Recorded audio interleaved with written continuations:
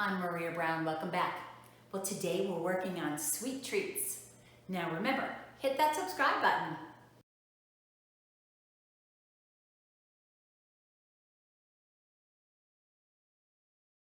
Vanilla buttercream frosting, and we're going to need some powdered sugar as well. I have 2 cups of unsalted butter. This is cold. This is straight out of the refrigerator. I've chopped it up into small pieces. Some people like to bring theirs to room temperature. You can do that too, but today we're going to make it with cold butter.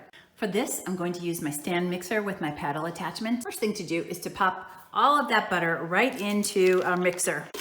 And we're going to mix this for maybe 6 or 7 minutes until this starts to whip. Now, beat this over a slow to medium speed.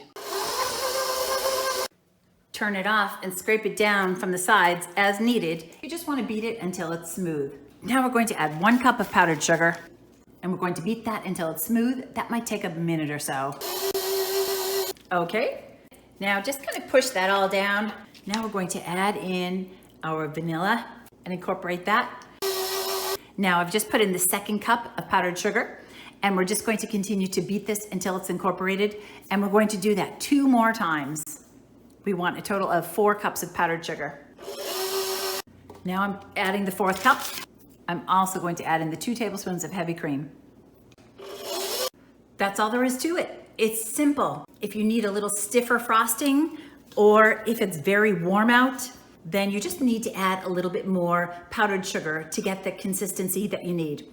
And you can keep this at room temperature for 2 days or in the refrigerator for 2 weeks. If it's going to be longer than that, put it in the freezer. When you take it out of the freezer, let it completely come to room temperature, and you probably want to whip it up a little bit again. And that's all there is to it. Enjoy.